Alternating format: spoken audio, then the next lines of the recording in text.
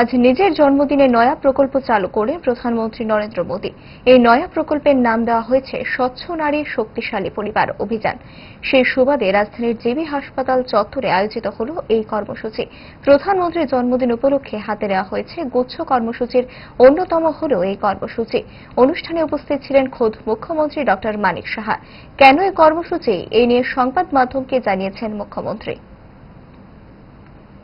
যে আমাদের মায়েরা, বোনেরা এবং আমাদের মহিলাদের অনেক সময় দেখা যায় যে রক্ত স্বল্পতায় ওনারা থাকে।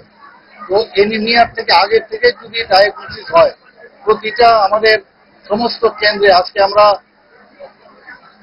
আগরতলা গভর্নমেন্ট মেডিকেল কলেজে এখানে শুরু করেছি, সেখান থেকে শুরু করে আরেক মন্দির পর্যন্ত, পিএসসি পর্যন্ত, আরবান পিএসসি, রুরাল যে পিএসসি গুলো আছে সেখানে, কমিউনিটি হেলথ সেন্টার, সব জায়গায় এই ক্যাম্পগুলো চলবে এবং সেটা 2 অক্টোবর পর্যন্ত এই ক্যাম্প চলবে।